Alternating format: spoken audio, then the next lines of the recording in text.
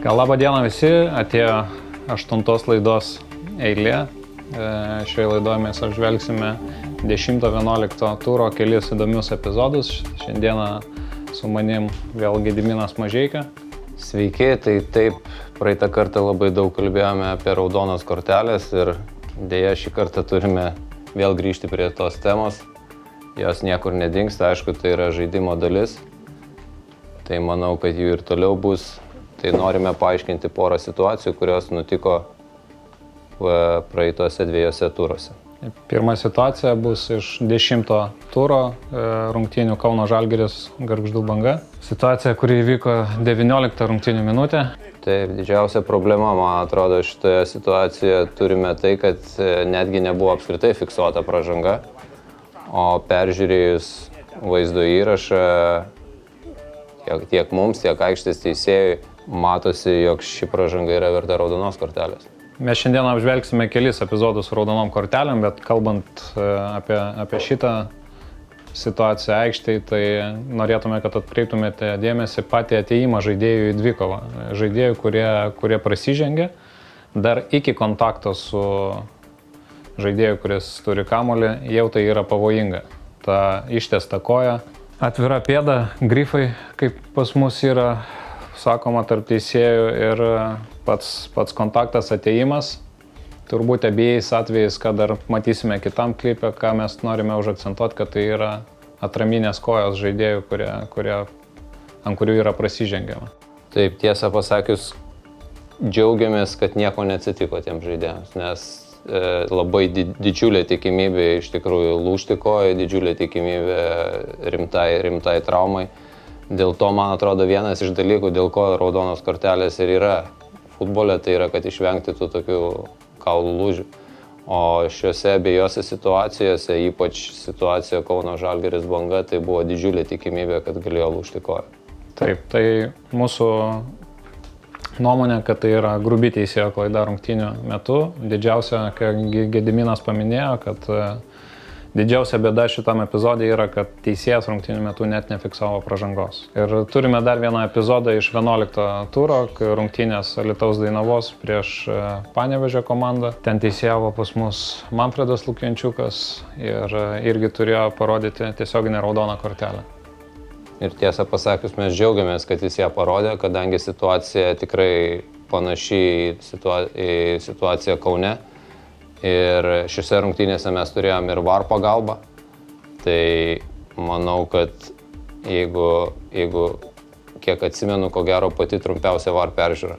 Kadangi iš pirmojo kadro matosi, jog tai tikrai pražanga verta raudonos kortelės. Momentas, kuris tarp teisėjų nesukėlė jokių abejonių.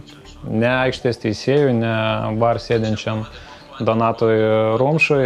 Ir nors žiūrint į šitą klipą, mes matome, kad žaidėjo koja nuslysta, bet kaip Gediminas pasakė, turbūt visą laimę, kad jinai nuslydo, kad nesigavo tokio akcentuoto smūgio, kad neišlaikė, nes tai irgi buvo atraminė žaidėjo koja, kur pasiekmes galėjo būti labai liūdnos.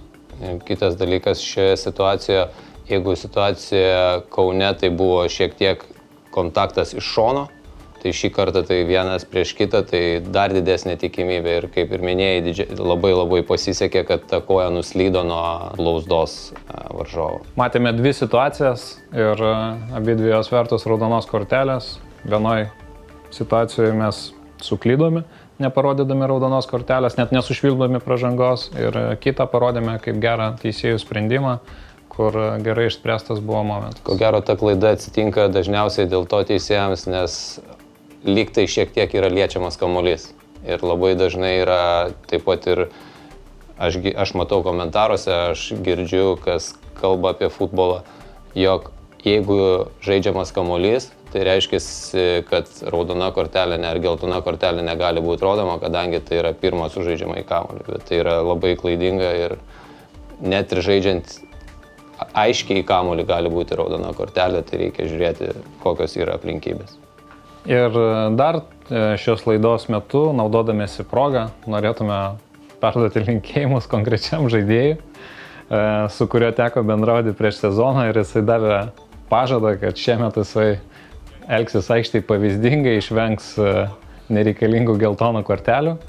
Tai vat kiti 2 epizodai, aišku, mes juos pakomentuosime ir iš teisėjimo pusės, bet šitie epizodai skirti vienam žaidėjui. Taip, tai pirma situacija vėl iš tų pačių rungtynių Kaune, tai Kauno Žalgiris Banga, kuomet Žalgirio numeris 7 Artūrai? visiškai be reikalo eina į kontaktą su vartininku. Kas yra kaip nesportinis elgesys? Tai visiškai nesportiškai, kadangi jisai neturi jokių šansų sužaisti kamuolį ir tai, man atrodo, daugiau lėmė tai, kad tuo metu žaidėjas jautėsi šiek tiek susinervinęs, susijaudinęs dėl to, kad buvo rezultatas 0-2, o dar netgi nebuvo įpusėjęs pirmas kėlinys. Emocijos suprantamos, tiesą pasakius, žiūrėjau šias rungtynės stadione, ne kaip inspektorius, kaip žiūrovas. Ir tai dar buvo ta situacija, kuomet teisėjas sugebėjo išlaviruoti, sakykime, tai be geltonos kortelės, pasikvietęs, pasikalbėjęs.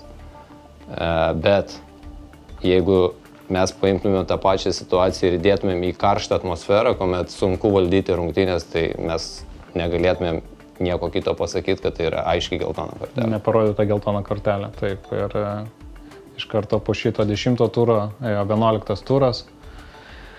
Tas pats žaidėjas, kitose rungtynėse turime kitą epizodą, kur jau tikrai mes iš savo pusės pasibarėm su teisėjais ir nenorėtume matyti, kad tokios kortelės būtų neparodytos.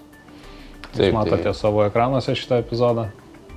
Taip, tai jeigu pirmoji situacija, kaip kalbėjau, dar galima šiek tiek priklausomai kokia yra rungtynių atmosfera, kokia temperatūra, ar komandos yra gerai valdomos. Labai daug faktorių susideda, kur tu dar gali išvengti geltonos kortelės. Bet šioje situacijoje nesvarbu, ar tai yra pirma geltona kortelė, ar tai yra antra geltona kortelė, ar tai yra rungtynių pirma minutė, ar tai yra paskutinė, tai turi būti geltona kortelė, kadangi tai yra mano akimis, mūsų akimis, tai yra futbolo negerbimas, tai yra varžovo negerbimas ir nematau, kaip galima paaiškinti tos neparodytos kortelės. Artūrui linkėjimai ir tikimės, kad ateityje jisai išvengs šito.